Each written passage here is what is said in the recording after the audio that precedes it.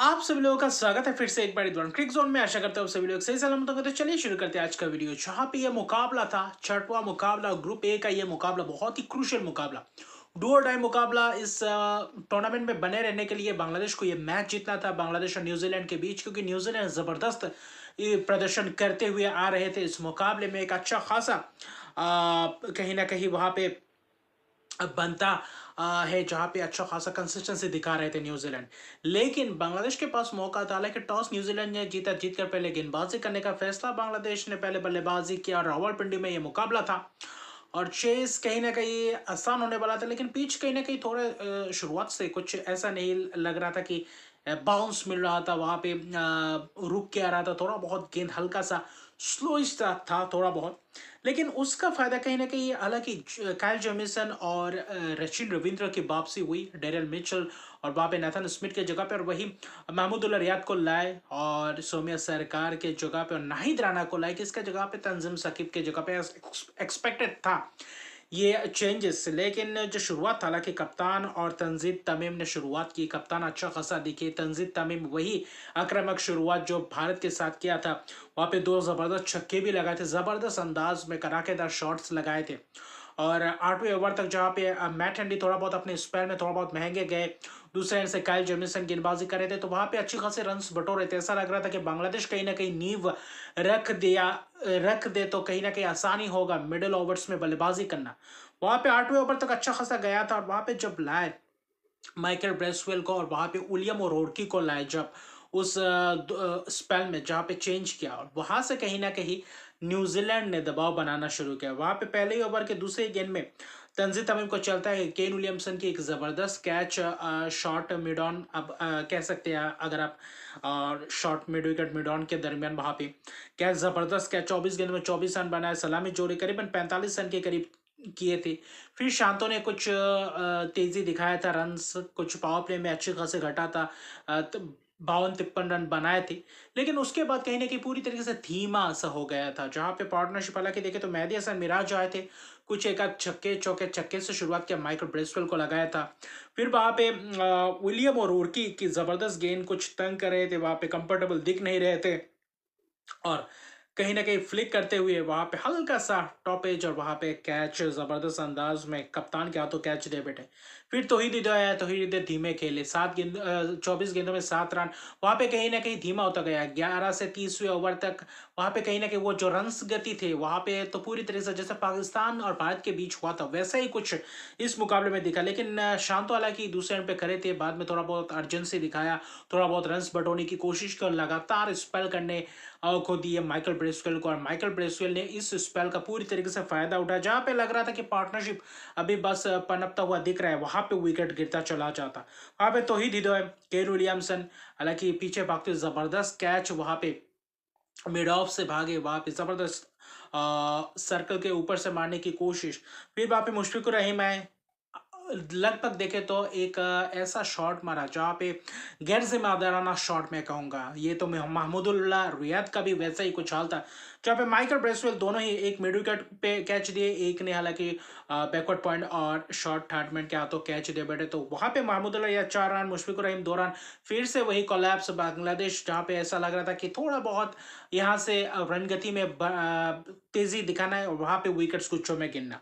फिर आए वहां पे जकीर अली ने थोड़ा बहुत पारी को संभाला था, और फिर शांतो की शॉट्स जबरदस्त लगा रहे थे, आज पूल जबरदस्त लगा रहे थे। लेकिन जब विलियम और ओरकी आए वहां पे शॉर्ट ऑफ लेंथ डिलीवरी, और वहां पे जबरदस्त शांतो, हालांकि 77 रन बनाए 110 गेंदों में, कोशिश किए थे एक अच्छी खासी पारी को बुनाने की, लेकिन बाकी दूसरे एंड से वो खड़े नहीं और पा रहे थे बाकी के बल्लेबाज। फिर जकीर अली ने कोशिश की आखिर तक ले जाने की, वहां पे फिर रन आउट हुए, 45 रन बनाए, आज भी एक अच्छी खासी पारी के लिए, तो बनना ये रन्स भी नहीं होते। रिशाद हुसैन जब आए, थोड़ा बहुत वहां पे आक्रामकता दिखा, वहां पे छक्के कुछ लगाए, कुछ चौके लगाए, 25 गेंद में 26 रन की एक थोड़ा बहुत केमियो पारी आप कह सकते।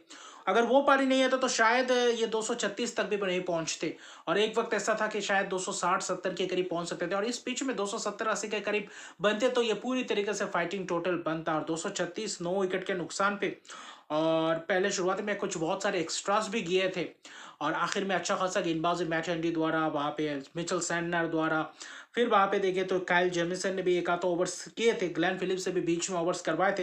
Michael Bracewell 10 over 26 run 4 wicket चटका है, बहुत ही महत्वपूर्ण स्पेलर, बहुत ही महत्वपूर्ण विकेट चटका है। ऐसा नहीं कि गेंदबाजी के कारण विकेट्स गए, वहां पे बल्लेबाज एक गैर जिम्मेदाराना शॉट खेलते हुए वहां पे सभी कैचेस अपना देते हुए चलते बने। मैट हंडी आज थोड़े बहुत महंगे रहे, जेमिसन आज पहला मुकाबला खेल ले तो थोड़ा बहुत रिदम में आने का समय लगा, लेकिन विलियम और की जबरदस्त स्पेल, सेना ने भी ठीक ठाक स्पेल डाले। तो वहां पे न्यूजीलैंड फिर से एक और बार दर्शाया कि ये टीम कैसे फील्डिंग जबरदस्त दिखा आज, सभी फील्डर से चौके भी बचाया, जबरदस्त फील्डिंग्स, सिंगल्स आसानी से लेने नहीं दे रहे थे। तो ये आप कहीं ना कहीं वहां पे पार्टनरशिप्स उतना बड़ा बड़ा नहीं, 40-35 रन का ऐसा पार्टनरशिप, वो बड़ा पार्टनरशिप वाला दिखा नहीं बांग्लादेश की तरफ से। लेकिन न्यूजीलैंड को चाहिए था 237 रन की, वहां पे नाहिद राणा और तस्किन ने जो पहला स्पेल डाला, जबरदस्त गजब का स्पेल डाला। वहां पे पहला ओवर तंग कर रहे थे तस्किन अहमद विलियम को, और अंदर आती हुई गेंद वहां पे जबरदस्त अंदाज में बोल्ड के शून्य पे चलता क्या, कॉनवे वहां पे थोड़ा बहुत स्ट्रगल कर रहे थे, वहां पे नाहिद राणा की जबरदस्त पेस दिखा, अच्छी खासी लेंथ को हिट किया, अच्छा खासा एक्स्ट्रा बाउंस मिल रहा था, और विलियमसन को ड्राइव करवाते हुए वहां पे जबरदस्त कैच। तो शुरुआती क्षण में जो 2 विकेट चटकाए थे, कहीं ना कहीं वहां पे 15 रन पे 2 विकेट गिर चुके थे पहले 4 ओवर के अंदर अंदर। वहां पे ऐसा लग रहा था कि क्या न्यूजीलैंड को इस मुकाबले में रोक पाएंगे, जैसे कि गेंदबाज अंदर लाइट्स लहरा रही थी। फिर वहां पे 4-4 का ओवर का स्पेल दिया, मुस्तफिजुर रहमान ने भी आज अपना रोल बखूबी निभाया, मेहदी हसन मिराज को लाए, लेकिन रिशाद हुसैन को ज्यादा देर से गेंदबाजी करने के लिए लाए, करीबन 24-25वें ओवर में लाए। वो कहीं ना कहीं वहां पे तब तक कहीं ना कहीं थोड़ा बहुत ज्यादा देर कर चुके थे। उससे पहले देखे तो मेहदी हसन मिराज, मुस्तफिजुर आज किफायती स्पेल्स डाले, जब जब लाए कि अच्छा खासा, भले रन गए लेकिन अच्छी खासी स्पेल डाले। Taskin Ahmed 7 over 2 maiden 28 run 1 wicket. Nahid Rana का भी स्पेल कहीं ना कहीं एक तगड़ा स्पेल, जब जितने ओडीआई मैचेस खेलते जाएंगे अच्छा खासा उनके गेंद में सुधारता दिखाई दिया जाएगा। लेकिन रचिन रविंद्र जब आए, रचिन रविंद्र ने कॉनवे के साथ पारी को संभाला, कॉनवे हालांकि 30 रन मुस्तफिजुर रहमान के शिकार हो गए, प्ले डाउन हो गए। फिर वहां पे टॉम लैथम और रचिन रविंद्र, जैसा पाकिस्तान के खिलाफ हुआ था, टॉम लैथम और विलियम ने पारी को संभाला था, 70-75 के करीब 3 विकेट गए थे। यहाँ पे भी 72 रन पे 3 विकेट गए थे, जहाँ पे एक अर्शदीप पार्टनरशिप रचिन रविंद्र कॉनवे, फिर लैथम और कॉनवे, बीच में स्पिनर्स को अच्छी खासी सिंगल्स डबल्स करके गए। बीच में एक देखे तो थोड़ा बहुत रन गति में थोड़ा बहुत और बढ़ोतरी दिखा, बाकी थोड़ी बहुत तेजी से लाए थे 21 से 30वें ओवर तक। तो उसके बाद अच्छा खासा रन रेट को मेंटेन करके रखा था, और एक आध मौका मिला था कैचेस पकड़ने का, वहां पे भी गवाया था।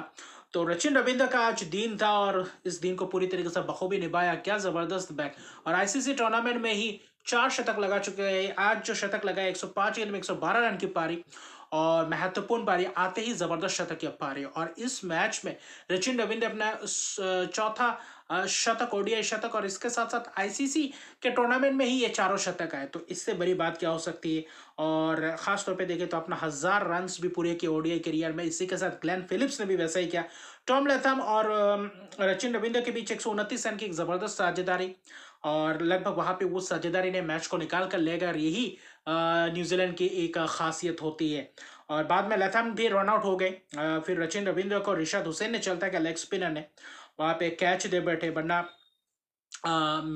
मिडॉन के हाथों, लॉन्गन के हाथों कैच दे बैठे। 112 रन की पारी, एक पॉइंट पे कैच हो रहा था, मेहदी हसन मिराज के 90-95 के करीब थे, वहां पे नाहिद राणा का गेंद था, फिर मुस्तफिजुर का गेंद था, वहां पे महमूदुल्लाह के हाथ से आसानी सा कैच। तो एक्सपीरियंस खिलाड़ी से जो उम्मीदें थी वो नहीं, तो शांतो की कप्तानी पारी, शांतो बीच में एक ओवर डाले, वहां पे 12 रन दिए, तो वो कहीं ना कहीं अननेसेसरी मुझे कप्तानी दिखा, और रिशाद हुसैन को और आगे ले सकते थे, 20वें ओवर से पहले आप 2 एक आध ओवर डालने के लिए ला सकते थे, नए जब गेंद था। बाद में ग्लेन फिलिप्स आए, माइकल ब्रेसवेल आया, ग्लेन फिलिप्स ने 21 रन की पारी के लिए वहां पे 1 छक्के 2 चौके लगाया, मैच जीता। इसी के साथ 1000 रन ग्लेन फिलिप्स का भी पूरा हुआ, जबरदस्त फील्डिंग में भी आज जबरदस्त दिखा, और विकेट से ही 4 विकेट गिरे थे, और एक रन आउट 5 विकेट, 40.1 ओवर में ये रन चेज किया, और चौका मारकर ब्रेसवेल ने मैच को जिताया। और ब्रेसवेल की 4 विकेट्स गेंदबाजी में वही कहीं ना कहीं टर्निंग पॉइंट था, और शांतो की 77 रन के बावजूद बांग्लादेश 270-80 तक पहुंचते, शायद इस मुकाबले में कर सकते थे कुछ काम, क्योंकि पिच से थोड़ा बहुत दिख रहा था मदद 30 गेंदबाजों को भी, आखिर में वो 5-7-10 रन थोड़ा बहुत धीमे हो गए थे न्यूजीलैंड, लेकिन यह मुकाबला न्यूजीलैंड ने आसानी से जीता। और इसी के साथ साथ ये हार शिकस्त खाना पड़ा बांग्लादेश को, इसी के साथ उम्मीद यहाँ पे खत्म होता है बांग्लादेश का भी, और आईसीसी चैंपियंस ट्रॉफी 2025 से बांग्लादेश और पाकिस्तान एग्जिट होते हुए आपको पता चल गया है। और अभी न्यूजीलैंड और भारत इसी के साथ आज न्यूजीलैंड के जीत के साथ सेमीफाइनल आईसीसी चैंपियंस ट्रॉफी के 9वें संस्करण में सेमीफाइनल में प्रवेश कर चुके हैं। अभी दोनों टीमें जब खेलेंगे आमने सामने, जब 2 मार्च को होगा भारत और न्यूजीलैंड का वो मैच होगा कि जो जीतेगा वो टॉप पे रहेगा अपने ग्रुप के, और जो हारेगा वो दूसरे पायदान पे। यानी कि आप ये कह सकते हैं कि सेमीफाइनल किसके खिलाफ होगा, ये पोजीशंस तय करेंगे। जो जीतेगा वो नंबर 1 स्पॉट किन का होता है, ये देखने लायक बात होगा। तो अभी के लिए इतने रखे। मेरे चैनल को सब्सक्राइब नहीं किया तो मेरे चैनल को सब्सक्राइब कर दीजिए, लाइक शेयर कमेंट जरूर कीजिए। तब तक के लिए गुड बाय।